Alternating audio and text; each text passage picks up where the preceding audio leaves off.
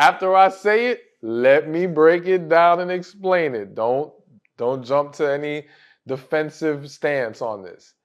So the next thing that sets you apart from all the other women is loving catering to your man.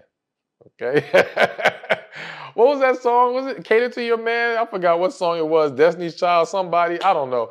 Either way, it's real. It's real. It's powerful. It sets you apart. Now, I know some of y'all are like, well, I'm not catering to some man who ain't catering to me or who ain't doing what he needs to do for me. Absolutely. Absolutely. I'm in no way saying just be pouring into and catering to some deadbeat man or some no good dude or whatever the case may be. I'm not saying that.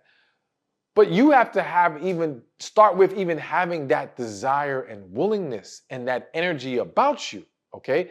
Because let's face it, some of y'all just the thought of the idea of cater to your man, that phrase alone makes some of y'all itch.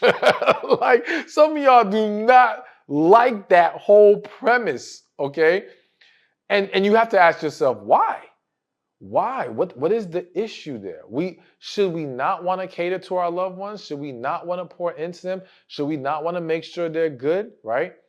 And for those of you who might say on the flip side, well, I'm completely prepared to do that if this man does this or shows me that or whatever the case may be. Though that's understandable, the problem is for some of you, what you're going to find yourself doing is holding back who you are, right? And holding back the true fullness of you because what you really have is a wall up, all right? And for some of you, some, not all, that wall is so high that there's nothing that man, because we're human beings, and people are naturally going to have moments where they make a mistake or they do something wrong, whatever. Even good, well-intentioned people. That person whose wall is too high, whose trauma is too deep, can always find a reason not to be vulnerable in that way. Not to open up and truly cater to that man. Or maybe for some of you, you actually are completely on board with this.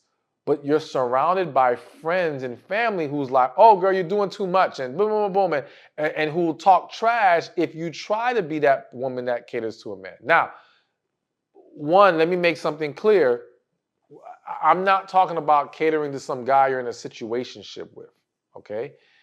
And preferably, we want this to be in marriage, but we also understand that boyfriend-girlfriend relationships in today's world are kind of these pseudo marriages, so to speak. And if that man's doing for you in that relationship, I can't say, well, then don't do for him either. Like, that just doesn't make any sense. But in the dating process, it's not that you have to be all doing too much. And I know some of you may be confused as like, well, what's too much? What's actually okay? I get that. And I'll say this. If you're being poured back into, then there's a lot more leeway as far as what can be done here. But I do think that it's not necessarily about doing it. It's about having the actual spirit, the heart of a woman who embraces it. Okay? So don't think about, the actions I have to actually take to cater to him and show him that. It's more so about having that mindset, embracing it, being comfortable with it, right? Feeling good about that part of you. Because I've seen, there are women who are nurturers, lovers, love to cater to a man, and they love that about themselves. Like they're in no conflict with it. And because of that, even before they do certain things, you feel that energy, that spirit from them, okay? Whereas there are a lot of you who are at conflict with it from within for various reasons. And because you are at conflict, it doesn't come off the same for you. It doesn't show up the same for you. That light doesn't shine the same. And now that is the average woman, I would argue. All right? Or that is the experience that that's what on average men are experiencing with women. They're not experiencing a woman who truly has the heart of, I love doing this for my man, catering to him, all these different things. They're experiencing a woman who's, again, at conflict with it in a lot of ways. And so bottom line is, yes, it's a powerful thing. Of course, we want it done in a healthy, loving relationship with the right man, but you want to start at the foundation of you being able to fully embrace it within yourself.